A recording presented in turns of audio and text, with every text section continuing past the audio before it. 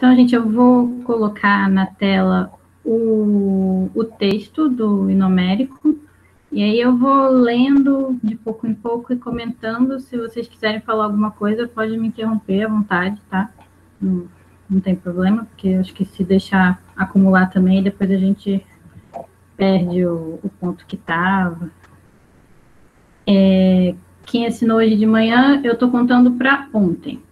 Para a aula de hoje, a partir de agora das 7, tudo bem? Que ele aparece lá a hora que vocês assinaram. E amanhã, o mesmo procedimento.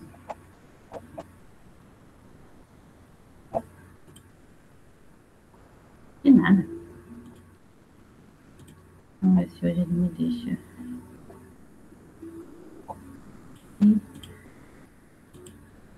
Não. O compartilhamento do Google não gosta de mim.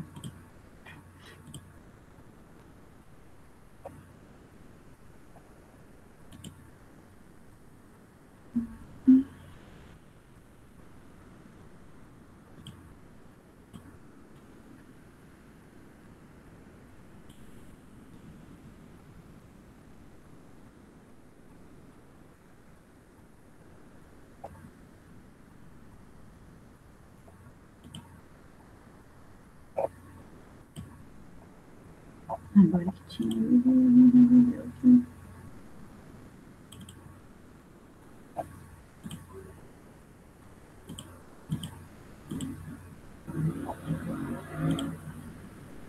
Agora. Então, estamos aí de novo com o vaso que eu coloco sempre, como eu disse para vocês ontem, porque ele é bem representativo, né, do que acontece, né, no hino. Então, vamos lá. Começando, então, com o hino, o poeta começa, né, cantando. Deméter, de belos cabelos, deusa veneranda, começo a cantar, e também sua filha, de finos tornozelos, a que a Idoneu raptou, com consentimento de Zeus, altissonante, de amplos olhos. Então, nesses 3 versozinhos, a gente já tem bem definido quais vão ser os temas, né, do poema como um todo. A gente tem, né, os 4 deuses que são importantes para ele. A Deméter, né, que é a primeira a ser mencionada, que é um padrão, né, da poesia examétrica, né, se a gente pensa no Homero, a primeira palavra da Ilíada e da Odisseia são também os temas, né, da narrativa. Na Ilíada é a ira, né, do Aquiles, e na Odisseia é o homem, né, Andra, que seria o Odisseu. Então, aqui a gente começa com Deméter, que é, né, o hino é dela, né, o hino homérico a Deméter. Então, ela é a primeira que aparece aqui já logo de cara pra gente.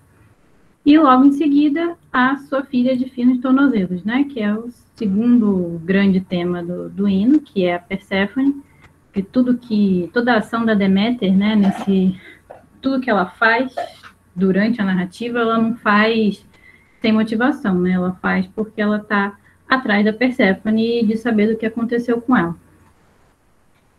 E aí também, né, além delas duas, a Idoneu, que é outro nome para Hades, né, o deus dos mortos, e Zeus, e aqui ele já diz pra gente, né, com o consentimento de Zeus. Então, o que Hades fez não foi também sem um aval, né, do grande rei dos deuses, que é Zeus. O rapto ocorre porque, né, ele queria, de alguma forma, mas com o consentimento de Zeus. Isso é interessante notar, porque a gente vai vendo pela narrativa, por que isso era importante, né? Qual é o interesse de Zeus em consentir que Hades rapte a Perséfone, né? O que ele tem a ganhar com isso? Porque ele precisa ganhar alguma coisa, né? Ele é o Zeus, uma das grandes características dele é a astúcia e a inteligência, né? Então ele tem um motivo para permitir que o Hades rapte a Perséfone.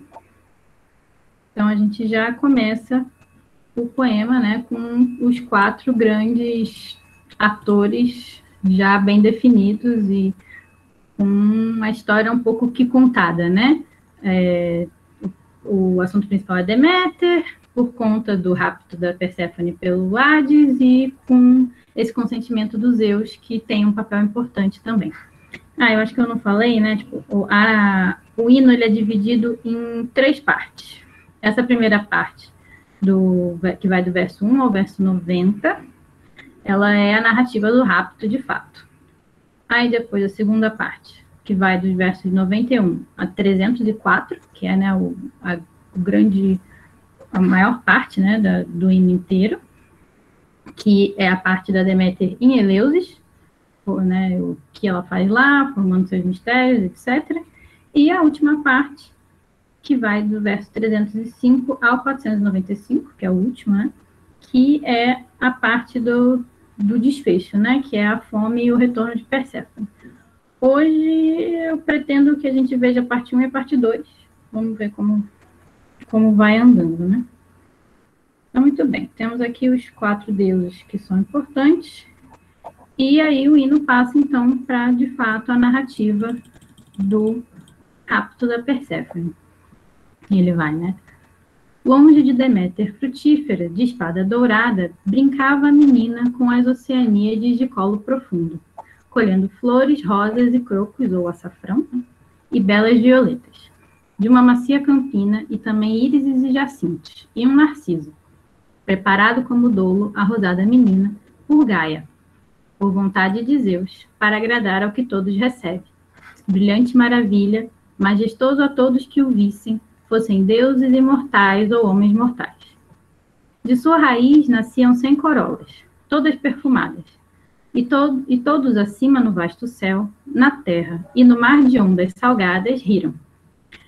A menina, fascinada, esticou ambas as mãos para colher o belo brinquedo, e então abriu-se o chão na ampla planície nísia, e dele surgiu o Senhor que muitos recebe, em cavalos imortais, o muito nomeado filho de Crono. Tomou-a contra sua vontade, e em sua carruagem dourada levou-a chorando. Ela em voz alta gritou, clamando ao pai Cronida, supremo e mais nobre. Nenhum dos imortais, nem dos homens mortais, ouviu a voz, nem as frutíferas oliveiras, senão a delicada e sempre prudente filha de Pérsis, Hécate de véu brilhante, de sua caverna, e o soberano Hélio, reluzente filho de Perônio. Opa. Da menina clamando pelo pai Cronida. Mas ele longe sentava-se, longe dos deuses, em templo de muitos suplicantes, recebendo belos sacrifícios dos homens mortais. Conveniente, né, que ele estava longe. E ela, contra a vontade, foi levada por sugestão de Zeus, pelo irmão do pai, o que muitos comanda e recebe, em cavalos imortais, o muito nomeado filho de Crono. Portanto, enquanto a terra, o céu estrelado e o mar fluido rico em peixes a deusa contemplasse, e também a luz do sol, ainda esperaria a mãe querida ver e se juntar aos deuses eternos, pois a esperança enfeitiçava-lhe a grande mente, embora sofresse. Ressoou então no topo das montanhas e no fundo do mar a voz imortal, a qual ouviu a mãe soberana. Então, a gente tem, né, logo no início, a Perséfone, ela exerce uma atividade que é muito própria, né, das Partenói, das virgens, que, ainda mais nesse instante em que elas são raptadas, né, que ela brinca e colhe flores em uma campina, na companhia de outras deusas, né, de outras meninas também. Nas palavras de uma pesquisadora importante dessa questão da condição feminina, das personagens femininas, a Susan Dess, ela diz assim: a campina mitológica é um local de atração sexual, cujos prazeres sensuais emanam do apelo visual das flores, combinado ao doce perfume gerado pela profusão delas. Quando meninas brincam em campinas floridas, estão executando os mesmos, literalmente eróticos, né, que tem relação ao Eros, atos executados por outra deidade das campinas floridas, Eros, que às vezes é caracterizado cercado de flores e em outras vezes brincando entre flores. Fecha a citação. Então, as campinas são, assim, né, naturalmente um local associado a esse desejo sexual, a Eros e a Afrodite. locais onde jovens meninas sem supervisão estão suscetíveis aos ataques de homens mais velhos. Nessa cena, mesmo o foco estando em Perséfone e sua atividade de colheita de flores, a voz narrativa menciona a reação de todo o cosmos enquanto ela faz isso, né? Ela fala do céu, a terra e o mar que riem, enquanto Perséfone colhe suas flores, lá no verso 13 e 14. E depois compartilham de seu sofrimento também, deixando que seu grito desesperado ecoe por eles, aqui já no finalzinho, nos versos 38 e 39. Ela chama por seu pai, né, Zeus, mas ele está, muito convenientemente, né, longe demais para ouvi-la, recebendo oferendas de homens mortais. E aqui é importante notar isso, de ele estar oferecendo, ele está recebendo oferendas, né, dos mortais, porque meio um pouco que antecipa uma das estratégias que a Deméter vai utilizar mais para frente para tentar reaver Perséfone, né? Que vai ser justamente não ter homens para fazer oferendas aos deuses. A gente volta para isso mais na frente. Então, a Perséfone ela é levada contra sua vontade, por consentimento de seu pai, mas não sem resistência. Seu grito é ouvido por Hécate de sua caverna, lá no verso 25, né?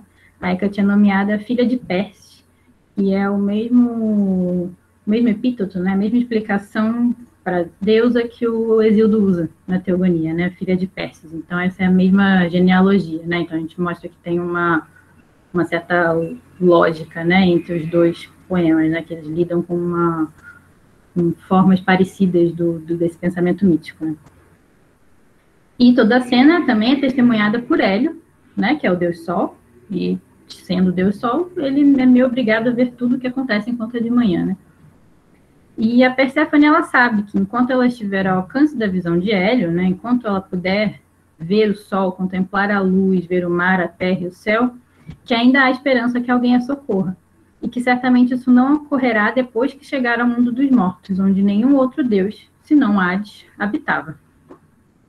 Essa cisão, ela parece bem clara, né, no poema. Enquanto há comunicação entre a esfera divina e humana, né, e isso é marcado, né, no poema, por exemplo, a Perséfone, ela está numa planície no mundo dos mortais, né, que é na Nísia. Zeus está num templo recebendo oferendas dos homens, então essa comunicação entre o mundo celeste, né, entre o Olimpo e o mundo mortal, ele já existe, essa comunicação existe. Mas o mundo dos mortos está completamente à parte, né, não tem uma comunicação, um elo que ligue o Olimpo ao mundo dos mortos. Mesmo o narrador, né, ele para de acompanhar a Perséfone assim que ela é levada para baixo. A gente, né, continuando aqui depois no verso 40, a gente vai ver, ela foi levada para baixo e aí o narrador para de acompanhar. Ele não narra o que acontece assim que ela desce, né? Então, assim, parece claro que mesmo o narrador não tem condição de acompanhar ela e continuar narrando a história dela no mundo dos mortos, porque ninguém mais vê o que está ali embaixo. Não está sobre... Os raios do sol não pegam ali, então ninguém pode chegar ali. Né? E com isso a gente vem com a pergunta definidora, né, do andamento da organização do poema, que é: o que Zeus tem a ganhar com esse casamento, que é justamente essa ligação, né, do mundo dos mortos que não existia com o mundo acima. E a gente vai vendo isso pelo andar do poema. Né, já adiantando um pouco dessa parte da resposta, né, ele precisa criar, ele é de acordo com aquela teoria que eu falei para vocês, né, da Clay, que os hinos homéricos seriam Zeus tentando se estabelecer no poder, né, assim que ele ganhou a guerra contra Crono, se estabelecendo no poder como rei dos deuses. Então ele tem esse problema para resolver, que ele consegue sair do Olimpo e conversar com os humanos, mas ele não tem uma comunicação direta com o mundo dos mortos, que é de Hades. Então, ele precisa fazer essa comunicação e, aparentemente, Perséfone parece ser uma boa opção para isso. E é importante notar também a presença da Gaia, no verso 9, no dolo do Narciso, né, que não é arbitrário, né, porque a Gaia. Na Teogonia, né, que eu já venho mencionando bastante, lá pelos versos 147, depois de novo no 820, A Gaia, né, o narrador da teogonia fala que ela é a responsável pelas maquinações que destroem deuses e colocam outros em seu lugar. Então, assim, tanto quando era para derrotar Urano e depois quando era para derrotar Crono, a Gaia tem um papel muito importante em criar as artimanhas que vão destronar esses deuses. Então, é bastante significativo que seja ela que faça esse Narciso para enganar Perséfone. Porque, né, é mais uma dessas artimanhas que vai ajudar um soberano a se estabelecer no poder dos deuses.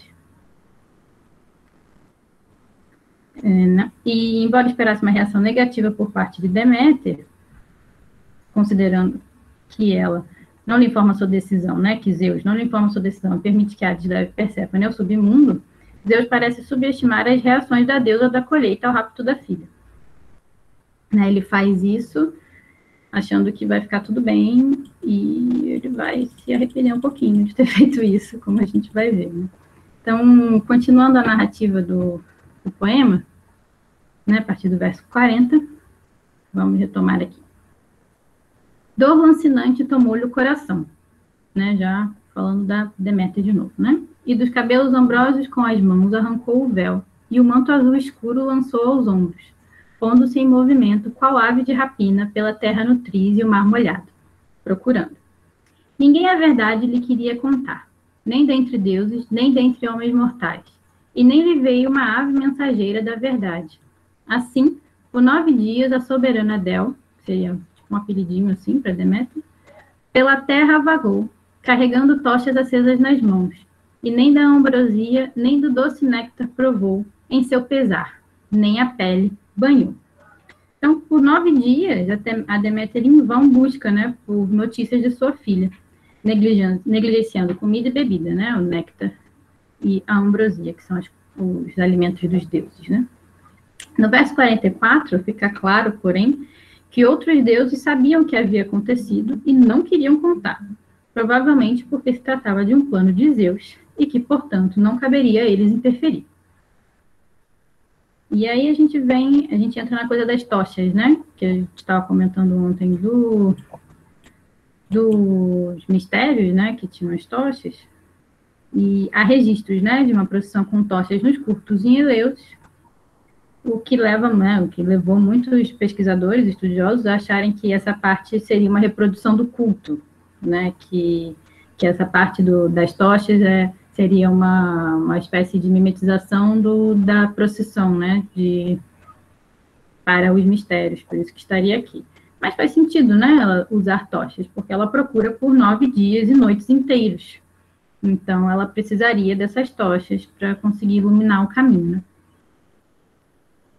E aí, né, ela procura por esses 9 dias e apenas no 10º dia, depois disso tudo, é que ela vai receber notícias do que de fato ocorreu, né? Como a gente vai ver aqui na sequência. Então, continuando. Contudo, com a chegada da luz de Eos no 10º dia, Eos a Aurora, né? Hécate a encontrou com uma tocha nas mãos e, anunciando claramente com palavras, disse: Deméter soberana, concedente das estações e esplêndidos dons, quem dentre os deuses celestes ou dos homens mortais raptou Perséfone e teu ânimo querido encheu de pesar? Pois escutei uma voz, embora não tenha visto com os meus olhos quem era. A ti falo sem demora toda a verdade.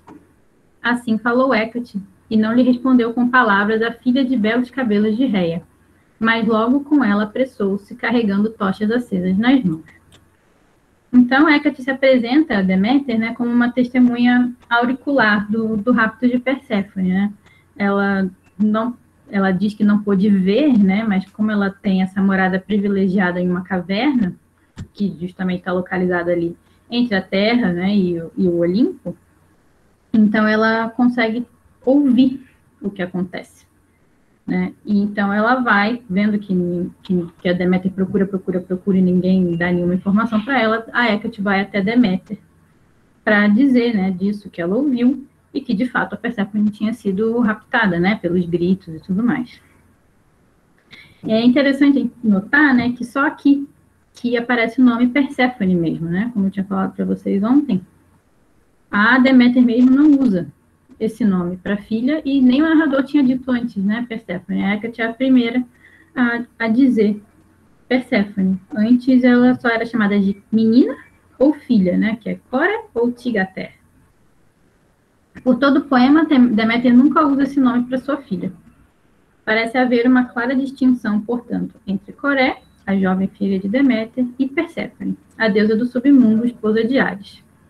E o poema marca bastante essa diferenciação, né? Justamente com os nomes. Tem algumas teorias até que levantam se não teriam sido originalmente duas deusas diferentes, né? Uma Coré, a outra Perséfone. E em algum momento elas foram fundidas nessa deusa só.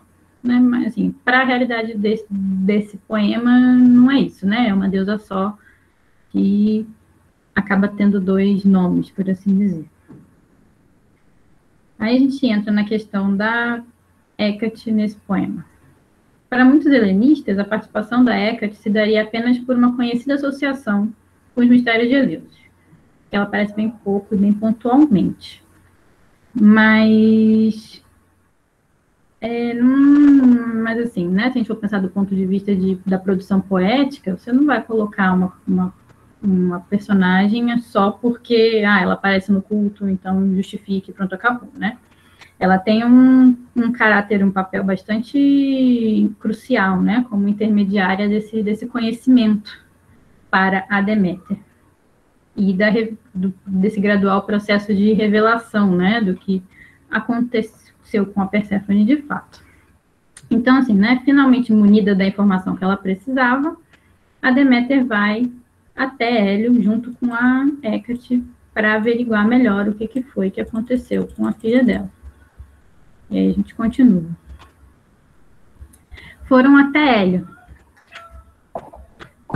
guardião dos deuses e também dos homens.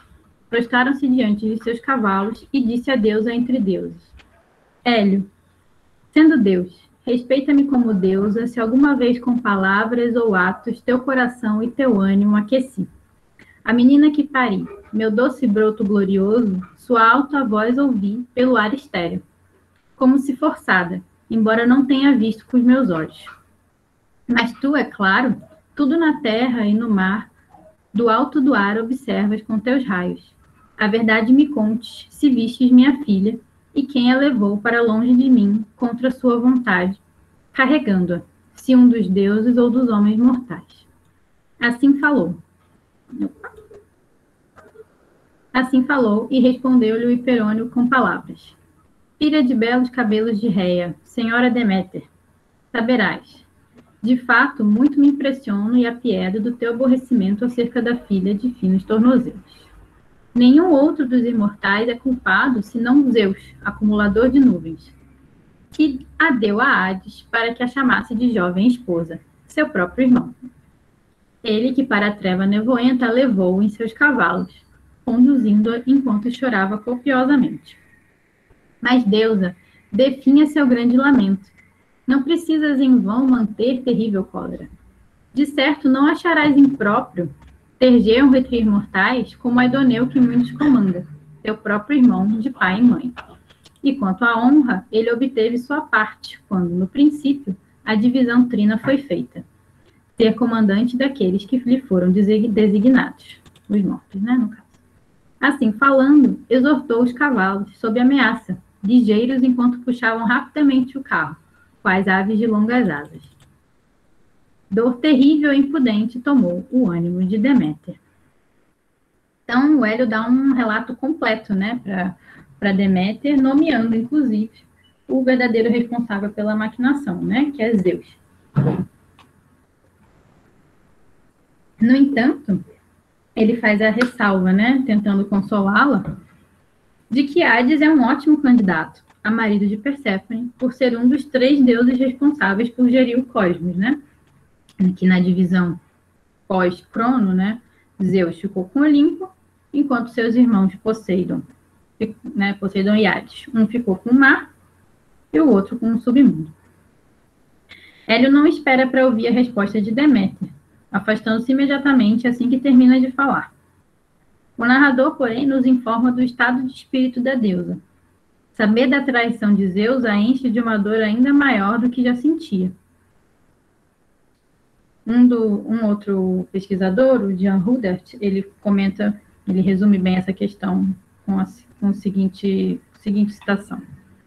Nenhum outro casamento em toda a mitologia grega provoca tal drama como o de Hades e Perséfone.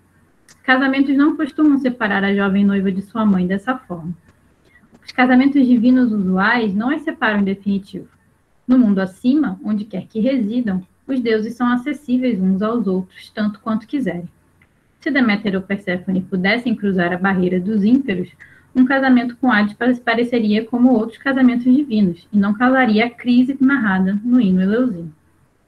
Né, que foi aquilo que a gente falou dos casamentos das humanas, né, na Grécia, que eram tinham esse caráter assim, muito de separação, né, de uma vida de antes e uma vida de depois.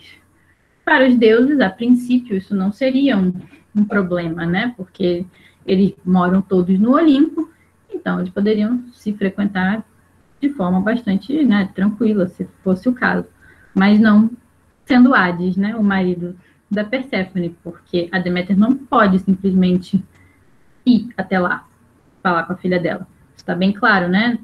Como a gente vai ver seguindo o poema, não tem como.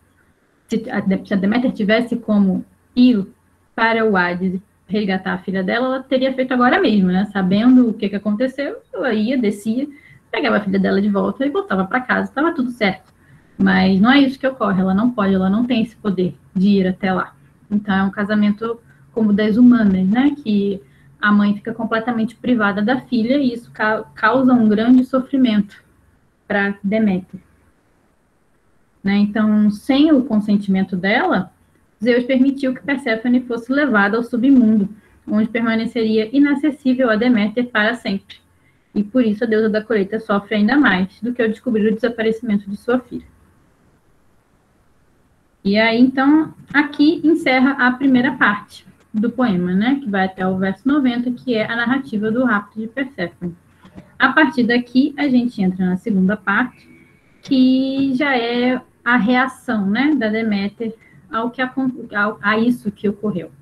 Né, a reação dela, como que ela vai escolher, por enquanto não como ela vai escolher punir Zeus, que ela acabou de descobrir ser o verdadeiro responsável, né, já que ela não pode ir para o Hades atrás da filha dela, ela vai lentamente, né, criar uma forma de punir Zeus por ter feito isso sem nem ter cogitado falar com ela, né? Deixar a filha dela ser levada por outro deus, um deus completamente inacessível, sem ter avisado para ela, né? Isso não é perdoável aos olhos dela, e ela vai, então, nessa segunda parte, lidar com isso.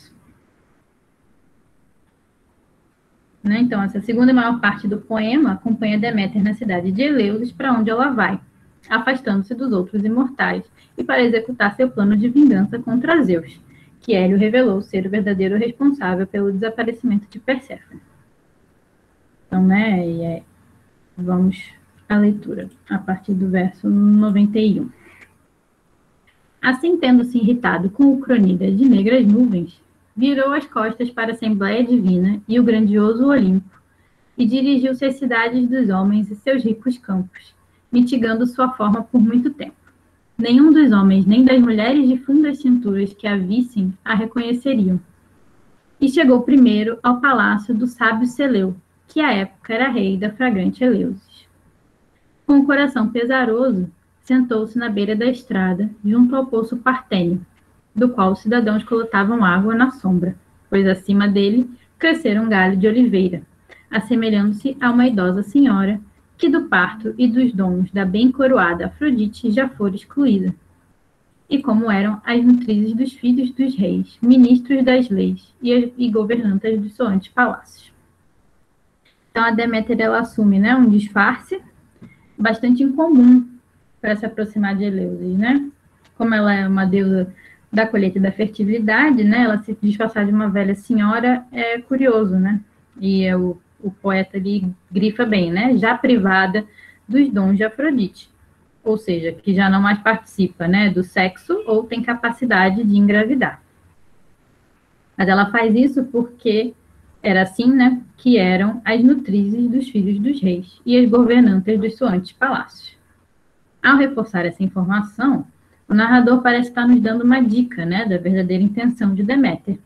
Ao assumir essa forma, ela busca conseguir a confiança das mulheres do palácio de Seleu, para assim se aproximar de seu filho, o bebê Demofonte, que vai aparecer já já. Deméter já havia, portanto, traçado seu primeiro plano de vingança contra Zeus, que falhará por causa de Metaneira. Mas isso não é agora. Tem, mas vamos lá.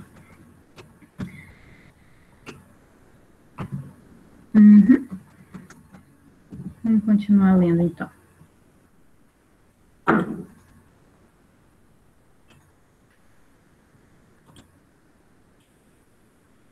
Viram-na as filhas de Seleu, filho de Eleusina, indo buscar a água de fácil coleta, a fim de carregá-la em vasos de bronze até o palácio paterno. Eram 4, símias a deusas, e possuíam a flor da mocidade: Calídice, Cleisídice, Amável Demo e Calítoe, que era a mais velha dentre elas. Porém, não a reconheceram. Aos mortais é difícil perceber os deuses. Então, aproximaram-se, e palavras aladas lhe dirigiram: Quem és e de onde vens, ó velha anciã entre os homens? Por que foste para longe da cidade e das casas não se aproximaste? Lá há mulheres nos quartos escuros tão idosas quanto tu, e também mais novas por nascimento, que a receberiam com palavra ou ação. Assim falaram, e a deusa soberana dirigiu-se a elas em resposta: Filhas queridas, quem quer que sejais entre femininas mulheres, salve. Contarei-vos, pois não me é indecoroso responder com verdade ao que me perguntais. Meu nome é Dorsó, dado por minha mãe venerável. Agora, então, do vasto dorso do mar de Creta venho, não por querer, mas obrigada por constrangedora força de homens saqueadores que me levaram. Em seguida, em Agilnal, aportaram em Tórico. Ali, as mulheres foram à terra fértil, e também os homens, todos juntos, e refeição prepararam ao lado da popa da nau. Mas meu doce ânimo não desejava alimento, e secretamente pelindo-me pela negra terra, fugi dos arrogantes líderes, a fim de que, sem resgate, me vendessem como escrava para receber o dinheiro. Assim, aqui cheguei, vagando sem saber que terra é esta e quem nela nasce. Que todos os que o palácio do Olimpo habitam vos deem maridos legítimos e gestações de crianças como desejam os genitores. Apiedem-se de mim, moças, e de bom grado, filhas queridas, a casa de quem vá, de homem e de mulher, para que possa para eles trabalhar, solícita, realizando as tarefas das mulheres idosas. E tendo em meus braços da criança recém-nascida, cuidaria belamente, e o palácio guardaria, e o leito arrumaria no íntimo do quarto bem construído do Senhor, e os trabalhos das mulheres ensinaria. Assim falou a deusa, e imediatamente respondeu-lhe a virgem indomada Calídice, em aparência a mais excelente das filhas de Seleu. Mãe, certamente o presente dos deuses, mesmo aflitos, os homens suportam por necessidade, pois eles são muito melhores do que nós. Mas isto claramente te direi, e chamarei pelo nome, os homens que aqui estão acima, de grande poder e honra, proeminente na região, que as muralhas da cidade protegem com vontade e reta justiça. Triptólemo, prudente, e também Diocles, Políxeno e Eumopo, irrepreensível. Dolico e nosso pai destemido. E as esposas de todos ocupam-se de suas casas. Nenhuma delas, à primeira vista, tua aparência desonrando, te afastaria de suas casas, mas te receberiam, pois é símil aos deuses. Se quiseres, espera, para que ao palácio paterno possamos ir, e a nossa mãe metaneira de funda cintura contemos todas essas coisas, sem pausa, se acaso recomende que vais à nossa casa e não procure de outros. No palácio bem construído, seu querido filho temporão é nutrido, muito desejado e bem-vindo. Se tu o criasse e ele, à medida da juventude, chegasse facilmente, Qualquer das mais femininas mulheres, tendo-te visto, invejaria e vastamente te retribuiria pela criação. Assim falou. Deméter aqueceu e elas se afastaram, carregando os brilhantes jarros d'água após enchê-los. Então, essa cena, ela tem um certo sabor odisseico, assim, por assim dizer, né? Que é essa coisa do Odisseu se apresentando a uma nova pessoa, né? E dizendo quem é você, de onde você vem, qual a sua origem, né? Que as meninas perguntam para ela. E a deusa, né, ela conta suas mentiras e ela diz que vem de Creta, que é também uma coisa que o Odisseu faz quando ele chega em Ítaca, né? Ele diz que ele conta uma mentira e diz que veio de Creta. Aparentemente, os cretenses tinham fama de ser mentirosos. Então, por isso, esse jogo, né, eu vim de Creta, tal coisa. Mesmo sendo inventada por Deméter, contudo, a história mantém certas semelhanças com a verdade, né, com a verdadeira história que a levou até ali, tendo o rapto de uma mulher no cerne de ambas as narrativas. A anciã da deusa, no entanto, consegue escapar, enquanto Perséfone não.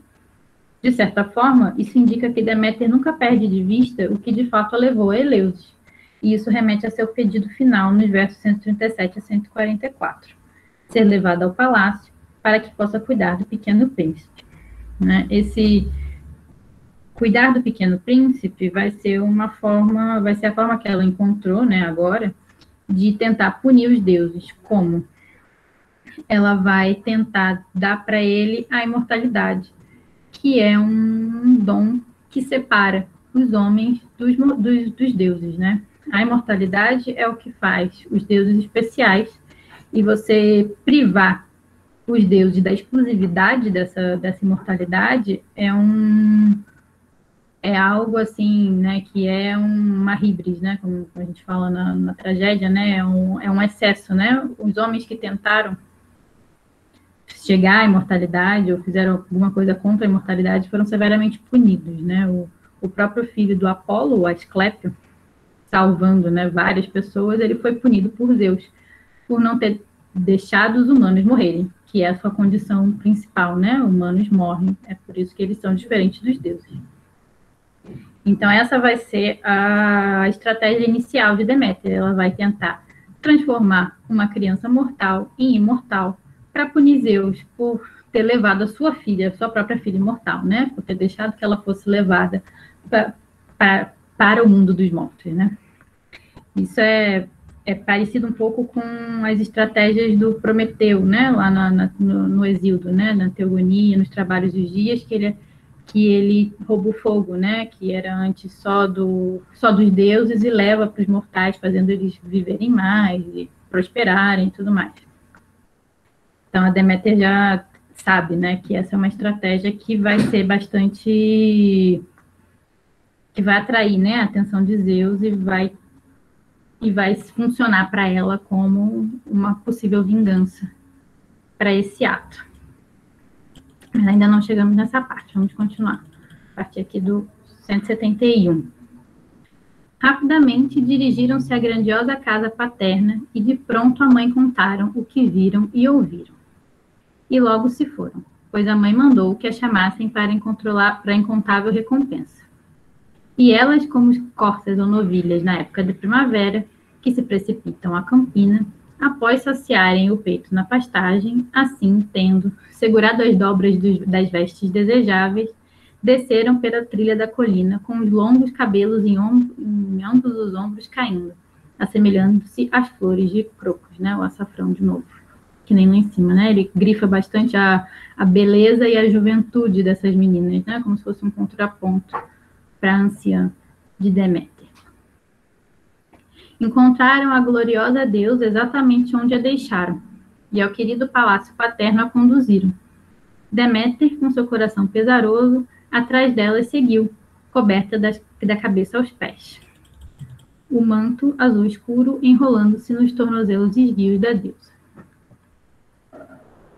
Né? Então, é isso, né? Ele frisa essa jovialidade das meninas, comparando-as a corças e descrevendo suas vestes, contrastando-as à figura assumida por Deméter de uma velha senhora em vestes escuras, o coração pesado pela dor. Rápidas, dirigiram-se ao palácio de Seleu, nutrido por Zeus, e seguiram pelo corredor até a mãe soberana, sentada em seu muito bem feito quarto superior, tendo no colo o filho, broto novo. As moças até ela correram, e Deméter, ao tocar com os pés a soleira, o teto com a cabeça tocou, e encheu a porta de chama divina. Respeito, reverência e verde medo tomaram Metaneira. Ergueu-se de seu assento e instou-a a se sentar. Contudo, Deméter, concedente das estações e esplêndidos dons, não quis se sentar num assento brilhante, mas, silenciosa, permaneceu com os belos olhos lançados para baixo, até que a devotada Iambe pôs-lhe um banco bem construído, cobrindo-o com um cobertor argênteo. Após ali sentar-se, segurou com as mãos o véu, e por muito tempo ficou sem fala, prostrada sobre a cadeira, sem cumprimentar ninguém, nem por palavra, nem ação. Mas sem rir e sem provar de comida ou bebida, permaneceu, extinguindo-se de saudade da filha de funda cintura, até que a devotada serva, intervindo com muita troça, fez a sagrada soberana sorrir, rir e ter ânimo propício. Assim, portanto, Iambe agradou o humor de Deméter. Então Metaneira deu a ela, Então Metaneira deu a ela um cálice cheio de vinho doce como mel, mas Deméter o recusou, pois disse que não lhe era lícito beber vinho tinto, e pediu que cevada e água lhe desse para que bebesse, misturados com leve hortelã. Após preparar a mistura, ofereceu-a à deusa como pediu, e a muito soberana Del aceitou conforme o rito. Então, né, essa chegada da Deméter na casa de Seleu, ela se assemelha a várias epifanias dos deuses em Homero, né? Com essa estatura e a luz divina que enchem o local sendo destacada, né? A Metaneira, inclusive, fica com bastante medo, né? Mas ela não parece desconfiar que se trata de uma deusa aqui, porque ela ainda está, né, com essa aparência disfarçada. Os versos que seguem descrevem Deméter, enfim, se rendendo ao seu luto. Né, ela fica em silêncio, se cobre com um véu e recusa a comida, né? São elementos típicos de cenas de luto na poesia épica. Embora, em geral, eles não se sentem, eles sentem no chão, né? Quando eles vão se sentar, é dito que eles sentam no chão e não num banco. Mas, detalhes, né? E ela só vai superar esse luto com a ajuda dessa serva, né? A Iambe e a Metaneira, nessa cena que alguns consideram como explicativa das etapas dos ritos de iniciação, que supostamente ocorriam no culto de Eleusis. Né? De novo, aquela coisa da crítica tentando ler tudo de informação que vem desse hino como algum tipo de chave, né, para desvendar o que acontecia nos mistérios de Eleusis. Então, essa coisa da falta de palavras, aí você se senta num banco, que seria para você se purificar, o jejum, e, por fim, beber uma mistura, né, que é bem específica, né, cevada, água e hortelã, conforme o rito, né, ele grifa aqui no 211. Mas, se era mesmo isso que acontecia, a gente não tem certeza, né, talvez fosse, talvez não fosse. A Metaneira, enfim, se dirige com palavras a Deméter, né? Não é agora, depois. Seguindo. Então, ela tem essa etapa do luto, né? Parece que, enfim, ela descansa e se deixa, né, sentir o que está acontecendo. E se entrega um pouco até a Iambe conseguir fazer ela rir, né? E aí, o nome dela é interessante, né? Que parece remeter ao jambo, que é o gênero poético cômico, né, por excelência.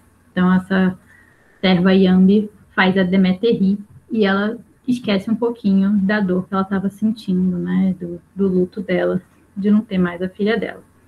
E aí, então, a metaneira finalmente vai falar com ela aqui a partir do 211. E metaneira de bela cintura proferiu as palavras: Salve, ó mulher!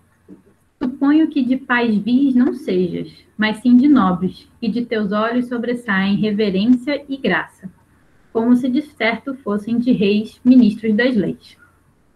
Mas certamente, os presentes dos deuses, mesmo aflitos, devem os homens suportar, pois o jugo jaz em nosso pescoço, justamente a coisa da mortalidade, né? Então aqui chegaste agora, e o quanto eu possuo está à tua disposição. Nutra este meu filho, o mais novo e inesperado que os deuses enviaram, muito desejado por mim. Se tu o criasse, e a ele a medida da juventude chegasse facilmente, qualquer das mais femininas mulheres, tendo-te visto, invejaria, e vastamente te retribuiria pela criação. A ela, em seguida, se dirigiu Deméter bem coroada. Também a ti muito saúdo, mulher, que os deuses te propiciem bens. O filho, com boa vontade, acolherei como me pedes. Nutri-lo-ei, e espero que nem por insensatez de nutris, nem por feitiço ou obstáculo, ele seja prejudicado. Pois conheço um antídoto mais poderoso do que a erva mágica, e bom amuleto para feitiços perniciosos. Assim, tendo falado, trouxe-o ao seio perfumado com as mãos imortais, e o peito de mãe se alegrou. Então, a metaneira, enfim, se dirige com palavras a Deméter, com um discurso que ecoa as palavras das suas próprias filhas, né, para a deusa. Novamente ressaltando a piedade da casa de Seleu e a importância do bebê Demofonte. Né, as meninas falam praticamente as mesmas coisas, né, no texto grego, quase palavra por palavra, né, o eco das falas é bem marcante. Deméter responde retribuindo a saudação e garantindo que desempenhará bem o trabalho de cuidadora. Seu objetivo inicial está, então, alcançado. Né? Ela, apesar de ela se deixar levar, o narrador pontua isso, né? Que o coração dela de mãe fica feliz ao carregar aquele bebezinho no colo, né? Mas mesmo assim, isso, apesar, né, desse breve momento de felicidade, ela ainda não, né, ela não esqueceu o plano dela, né, que faz parte desse plano de vingança contra os deuses, e esse bebê faz parte disso, apesar dele trazer para ela também certo alívio, né, daquela dor. Os versos 229 e 230 têm uma qualidade mágica, né, que ela fala que ela conhece feitiços, né, e tudo mais.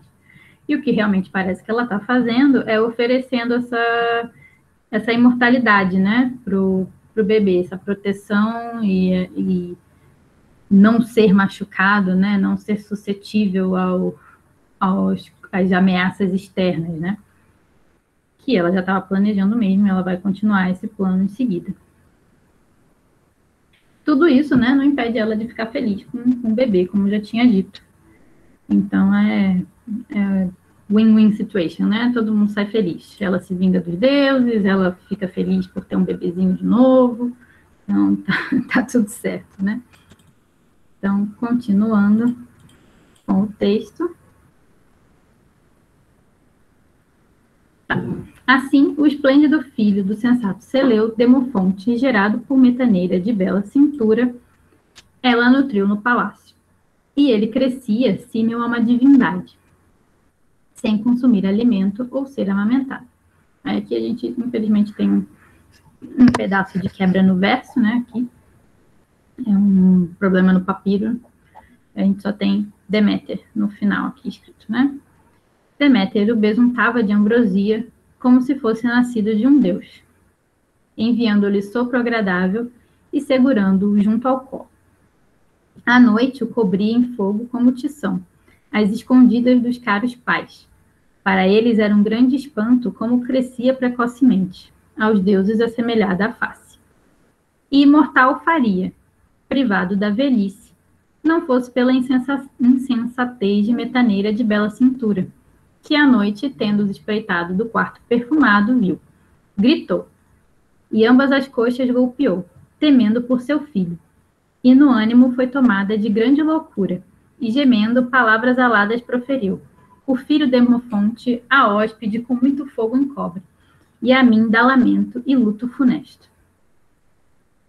Então, né, a Deméter continua esse plano, né, de imortalizar o Demofonte e privá-lo, né, da sua condição básica de ser humano, besuntando-o com ambrosia, enviando-lhe sopro divino e segurando-o em seu colo. À noite, em segredo, ela colocava ele no fogo, numa espécie de feitiço de imortalização. Aí, de novo, nessa questão das leituras que tentam buscar os mistérios dentro do texto, né, eles fazem esse paralelo e que o Demofonte é encarado como se ele fosse um primeiro iniciado, que esse banho no fogo seria a forma dele de ser iniciado nos mistérios. Contudo, o processo é encerrado por Metaneira, que, provavelmente suspeitando do crescimento anormal do seu filho, espreita o quarto e, ao ver o bebê deitado no fogo, acredita que Deméter está tentando matar seu filho. Eu imagino que deva ser realmente bastante estarrecedor, assim, né? Você deixa o seu filho, confia seu filho a uma pessoa e, de repente, quando você vai vê-lo, ele está dentro de uma lareira pegando fogo, né? Eu acho que mãe nenhuma acharia isso normal, então a reação dela é bastante humana, né? Ela fica aterrorizada com aquela cena. Então, continuando aqui no texto. Assim falou chorando, ao que notou a deusa entre deuses, Deméter de bela coroa, enfurecendo-se com ela. O filho querido, gerado no palácio inesperadamente, com as mãos imortais, pôs no chão, tirando-o do fogo, com um ânimo muito terrivelmente irritado, enquanto dizia a Metaneira de bela cintura. Os homens são nécios e insensatos. Nem quando bom, nem quando ruim compreendem o destino vindouro. Tu também, em tua insensatez, causaste dano incurável. Decreto, pois, o juramento dos deuses, água implacável do Estige. Certamente, pela eternidade, imortal e privado da velhice, teria feito o filho caro, e honra imperecível lhe teria concedido. Mas agora não há como da morte do infortúnio escapar. Honra imperecível, porém, sempre terá, porque em meus joelhos esteve, e em meus braços dormiu. E quando seu ciclo de estações findar, os filhos de Eleusis, com combate e clamores terríveis, estarão reunidos um com os outros, eternidade afora. Sou a honrada Deméter, a que grande vantagem e regozijo traz a imortais e mortais.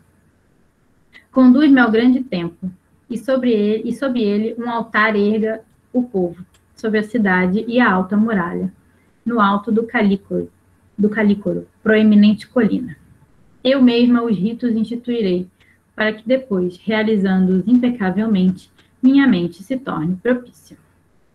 Assim falou a deusa, e o porte e o aspecto mudou, tendo repelido de anciã, soprando beleza ao redor.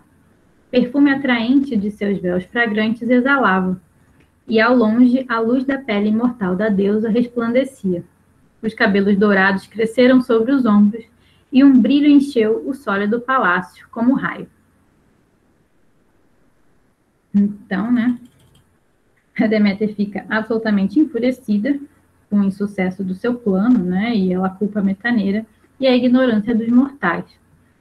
Que ela, sendo deusa, né, ela não tem como entender o completo choque, e com certeza foi ver uma criança dentro do fogo, né, e aí com o conhecimento da Metaneira, ela não poderia mais continuar o seu plano. Então, ele foi frustrado pela intervenção da mãe mortal do bebê. Ela tira Demofonte do fogo, colocando de volta no chão, na terra, né? Onde para sempre ele estará fadado a viver. Apesar de permanecer mortal, a criança terá honras especiais em vida, por ter sido nutrida e cuidada por uma deusa, né? Como está dito aqui nos versos 264 e 267. Deméter, então, se nomeia e revela sua forma divina, dando ordens à Metaneira para que construa um templo em sua honra, a fim de apaziguar sua raiva. Ela, apesar do plano dela não ter sido bem sucedido, ela fica com bastante raiva e manda a Metaneira construir um templo em Eleusis para ela, que vai ser, né, futuramente, o templo onde serão conduzidos os ritos, né, dos mistérios. E ela deixa bastante claro, né, que ela mesma vai estabelecer os ritos que serão feitos para ela ali, de forma a apaziguar a raiva dela.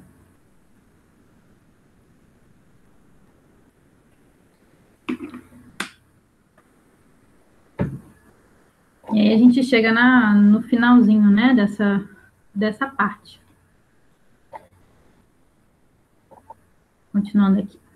Metaneira correu pelo palácio, caindo de joelhos de uma vez, e por muito tempo permaneceu muda, sem nem do filho querido lembrar de pegar do chão. Seu grito digno de pena ouviram as irmãs, as filhas, né, dela, que correram a preparar-lhe um leito bem disposto. Uma delas, então, o menino pegou nos braços, colocando-o no colo. Outra, o fogo atiçou, e outra, os macios pés acelerou, para levantar a mãe dos aposentos perfumados. Juntas o lavaram completamente, embora esperneasse, abraçando-o com carinho. Mas seu ânimo não acalmou, pois eram inferiores às amas que o carregavam e nutriam. A noite inteira tentaram apaziguar a gloriosa deusa, tomadas de medo. E assim que a aurora apareceu, ao poderoso Seleu falaram verazmente, como ordenava a deusa Deméter de bela coroa. E ele, né, a Ágora chamou seu povo incontável e ordenou que a Deméter de belos cabelos, templo opulento construíssem, e um altar na proeminente colina. E muito rapidamente o escutaram e obedeceram ao que ele disse, e prepararam tudo como ordenara. E o filho cresceu, por vontade da deidade. Logo depois, tendo cumprido e descansado da tarefa, foram cada um para sua casa. Mas a áurea Deméter, lá se sentando, longe de todos os bem-aventurados, permanecia, extinguindo-se de saudade da filha de funda cintura. Né? Então, o pânico da Metaneira, ao deparar-se com uma divindade, é muito bem descrito, ao ponto de ela até mesmo se esquecer do seu filho, que ficou jogado no chão. E é comum, né? Essas cenas de mortais vendo deuses em sua forma verdadeira sempre acabam muito mal, né? Um exemplo é a mãe do Dioniso, né? Que era mortal, né? Ela era amante de Zeus, uma das muitas, né? E ele deixa, né? Ela pede algo para ele e ele pergunta o que é que ela queria e ela diz que ela gostaria de vê-lo na sua forma de Deus, né? Ele não tenta muito dissuadir ela, mas ele sabe que não vai dar muito certo e ele, né, tenta falar para ela assim, pede outra coisa, né? Mas não, ela quer vê-lo. E aí ele se transforma e ela é imediatamente fulminada. E Zeus pega o bebê, que é Dioniso, né, que ela estava carregando, e continua gerando ele na coxa dele. As histórias da mitologia grega são maravilhosas, né? E outro exemplo também é o Anquises, no Inomérico Afrodite, quando, né, depois que eles têm o encontro amoroso deles, ela aparece para ele, ela tira, né, o disfarce dela de jovem menina, e ele fica estarrecido, né, porque ela é grande, né, alta e de uma beleza e de uma luz que os humanos não são capazes de compreender. Então, essas visões das divindades nunca dão muito certo, né, para os humanos. Eles sempre acabam ficando muito estarrecidos e confusos, e ainda bem que alguns sobrevivem, porque a Semele não teve essa sorte. Então, a Metaneira ela é incapaz, né, de seguir as ordens de Deméter, que só serão executadas pela intervenção das filhas mais velhas, que recolhem o bebê e transmitem as instruções a Seleu, né, as instruções que a Deméter dá a ela da construção do templo. O templo é construído com todas as honras pelos homens de Eleusis, e por isso Demofonte continua a crescer saudável. Com tudo pronto, Deméter então se dirige a seu novo templo e lá se põe reclusa, sem saber o que fazer por sua filha, após o fracasso do seu plano de vingança. E é assim que se encerra, né, essa segunda parte do poema. Deixa eu terminar aqui de apresentar. Vocês estão muito quietinhos, vocês têm algo a dizer?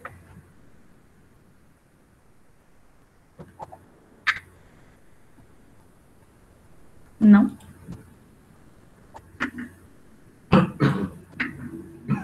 Thaís, Oi?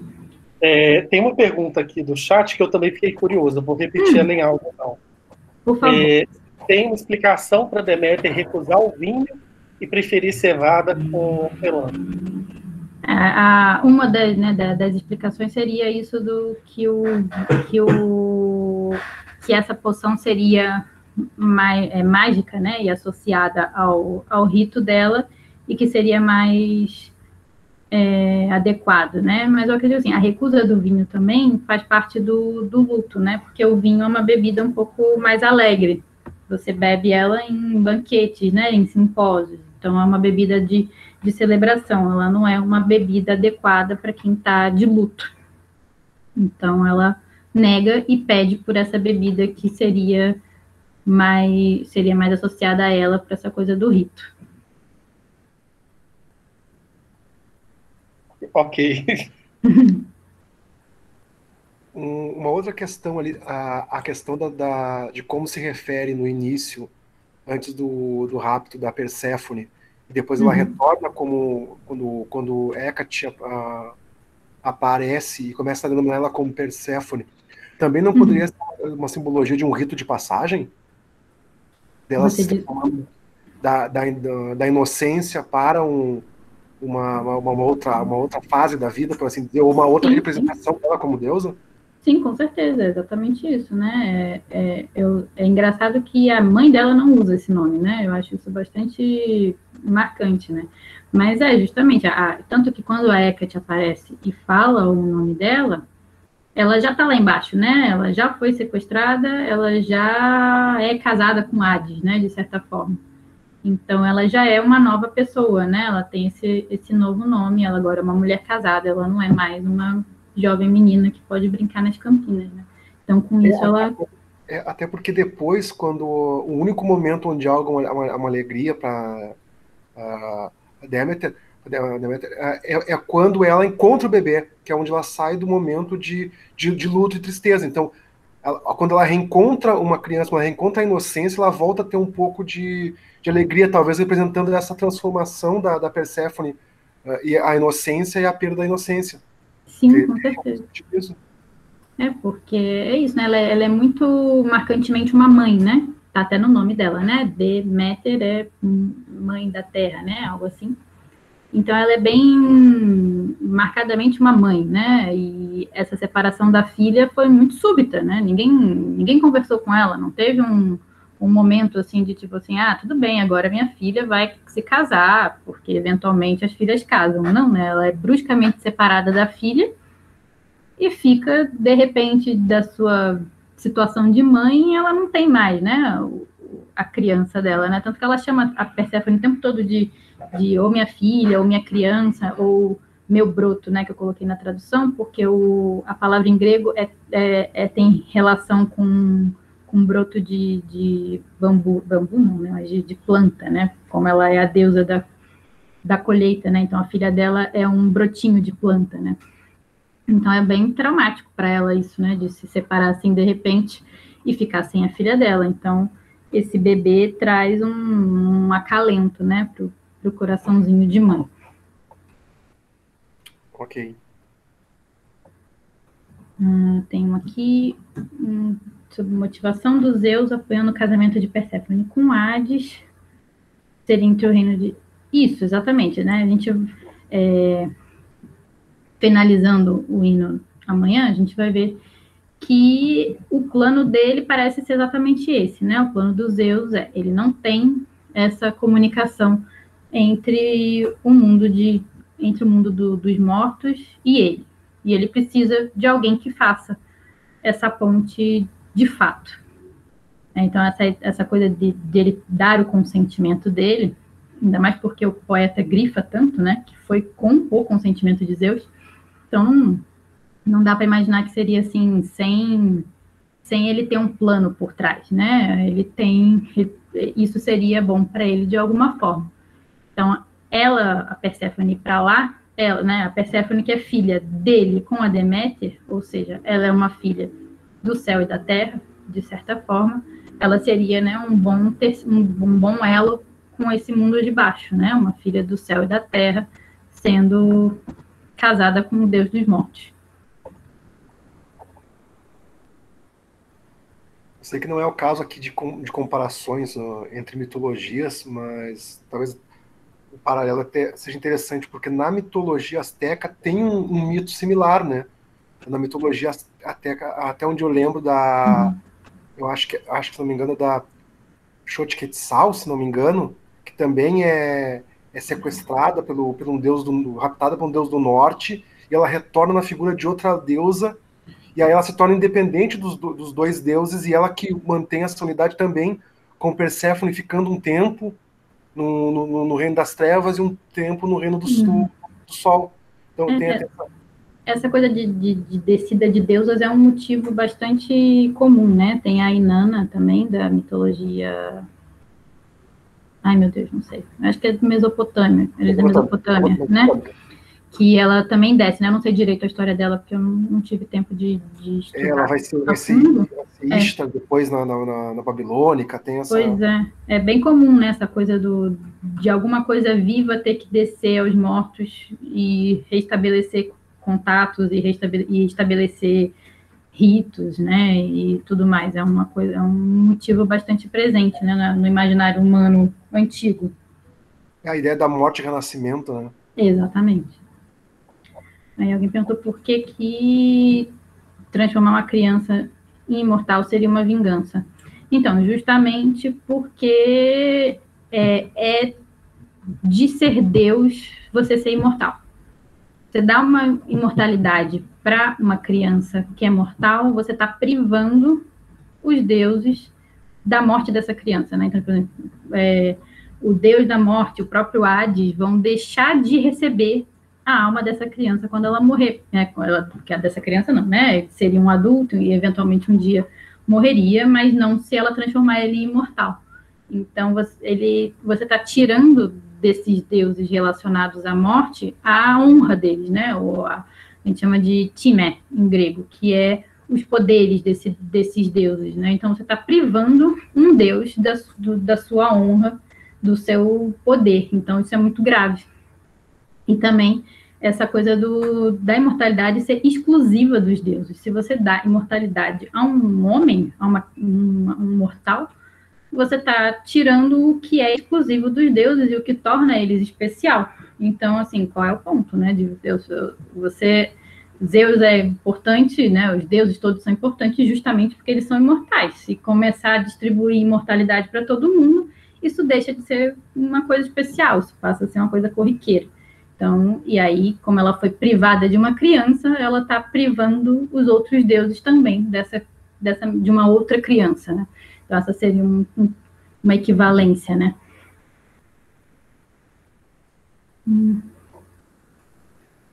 Tá.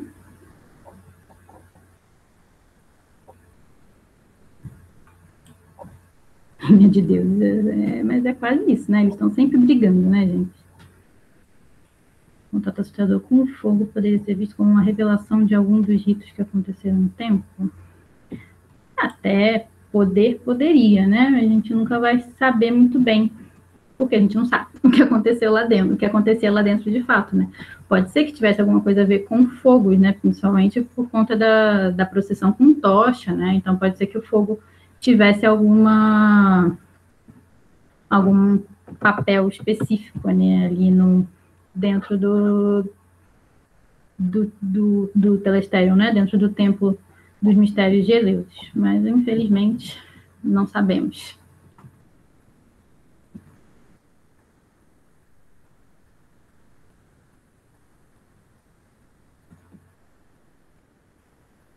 Sim, a gente tem que especular sempre, né? O que a gente faz aqui quando a gente estuda a antiguidade, a gente pega o que de fato concreto a gente tem, né? E o restante é especulação, a gente vai tentando, né, suprir essas lacunas que a gente tem aos montes, né, inclusive nos próprios textos, né, porque, como eu falei daquele pedacinho que não tinha, né, o verso estava incompleto, porque o papiro estava ilegível ali, né, tinha uma lacuna ali, podia ser até mesmo um rasgo, né. Na épica a gente tem bastante texto corrido, né, mas quando a gente vai para a lírica, não sei se vocês já viram, um papiro com poema lírico. É um negocinho assim, aí tem vários buracos no meio do papiro, aí tem uma outra palavra aqui, buraco, buraco, buraco. Então a gente vai tentando suprir essas lacunas da melhor forma possível, né?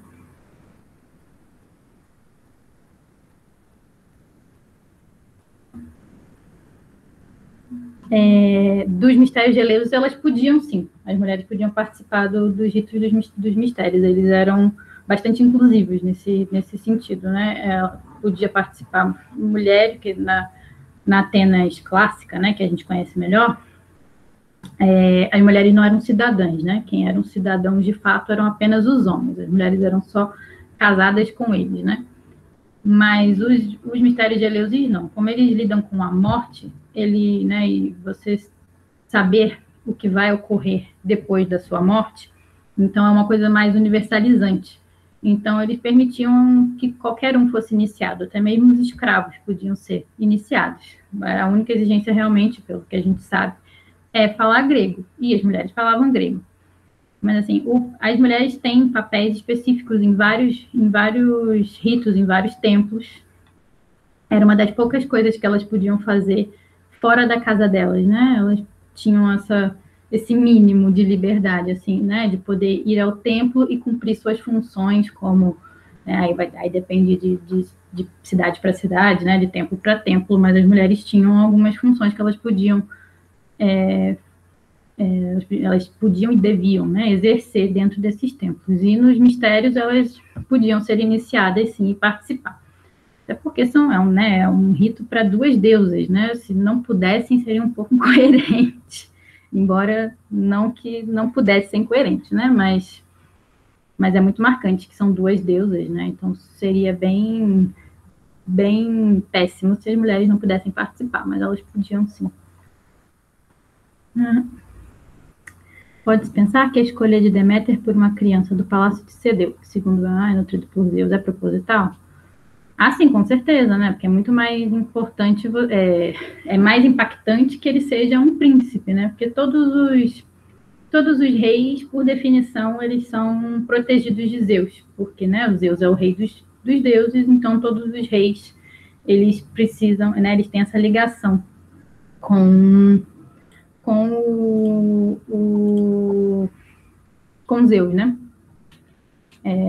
Então, ela escolher um príncipe especificamente, com certeza tem a sua significância, sim, né? É mais marcante que ele seja um príncipe, filho de um rei protegido dos deuses, né? É melhor do que uma criança, qualquer criança passando aqui, não, né?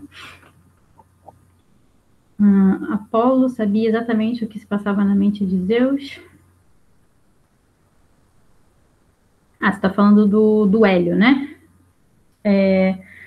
Eu acho que, assim, não fica claro na narrativa, mas eu acho que todos os deuses sabiam. Porque, enquanto ela vai andando, né, ela diz que o narrador diz pra gente que os outros deuses se recusavam a falar. Então, parece que eles sabiam, né? Todo mundo sabia, menos a Deméter, porque, né, ele não ia contar isso para ela, senão não ia dar muito certo. E a Hécate também não sabia, por ela ser a parte, né? Ela não mora no Olimpo, ela mora separada desses deuses. Então, ela também não sabia. Mas, assim, então, né, na minha concepção, todos eles meio que já sabiam, né? Já tinham noção de que Zeus tinha essa intenção.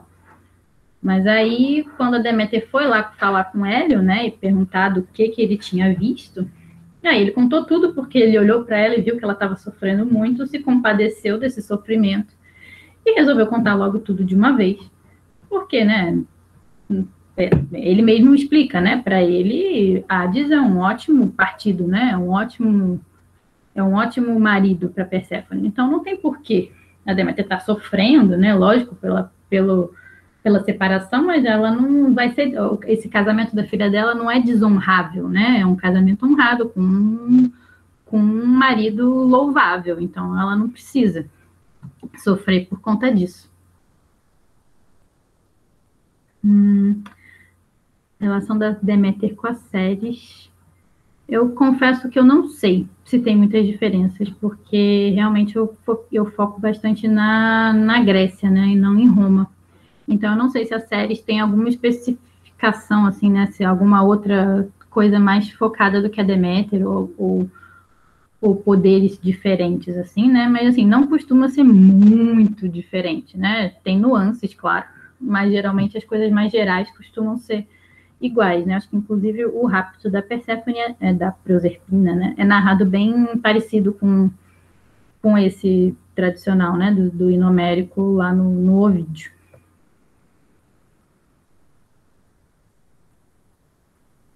Um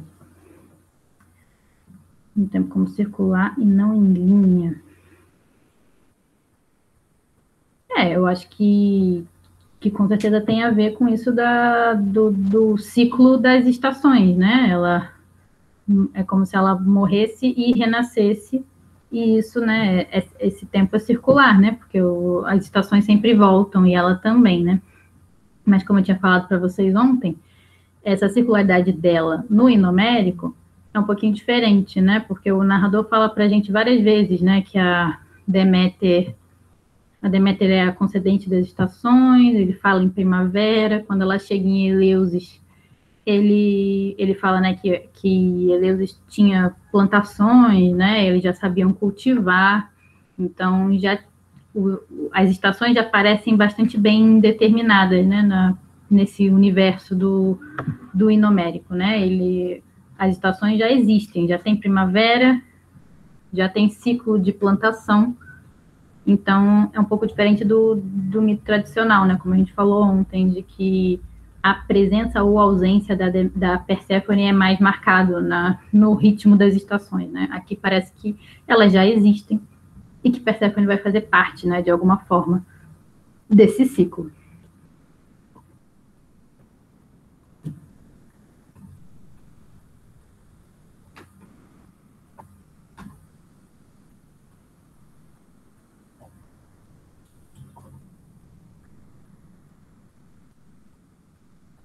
Mais alguém? Mais alguma coisa?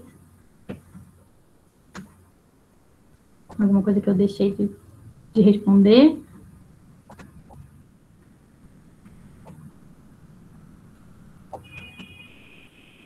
Não? Última chance, não, brincadeira. Mas vocês querem falar mais alguma coisa? Uma questão, esse hino, ele marcadamente tem sempre a referência, não sei se você já chegou a tocar nisso, sempre a referência à questão do quadril feminino. É a ideia da reprodução, da procriação, da fertilidade representada nisso o tempo todo? Ah, sim, com certeza, né? Essas descrições físicas, né, que eles fazem tem sempre a ver, né, com a juventude, com a fertilidade, né? As meninas, né, as filhas da metaneira, né, elas são descritas como corças, né, que correm, elas são muito bonitas.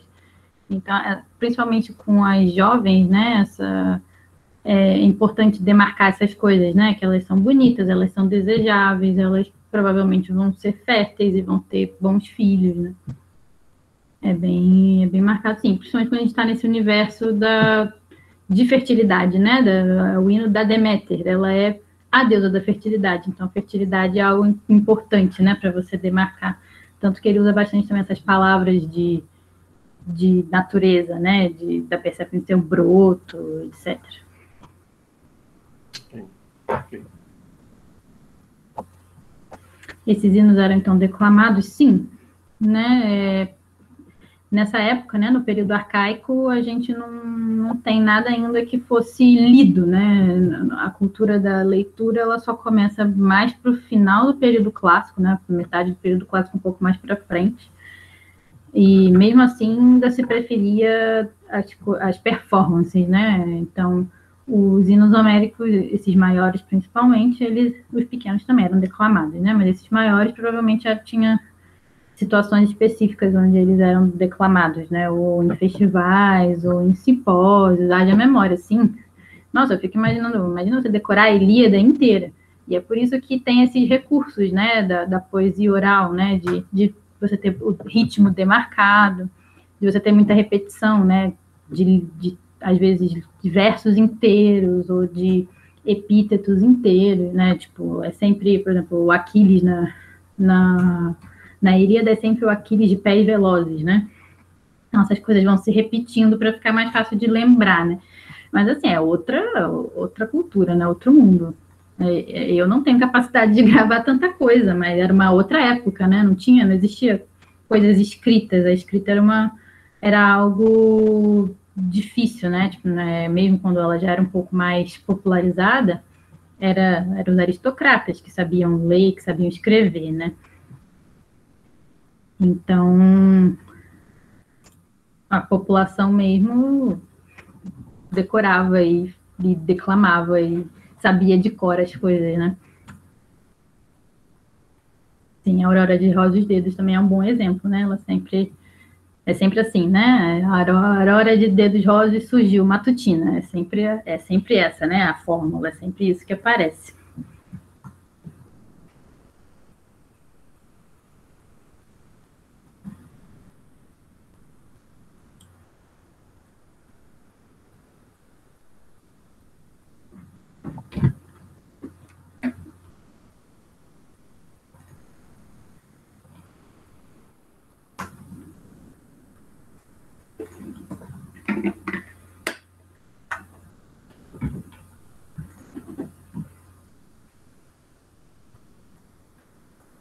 Mais alguma coisa, gente?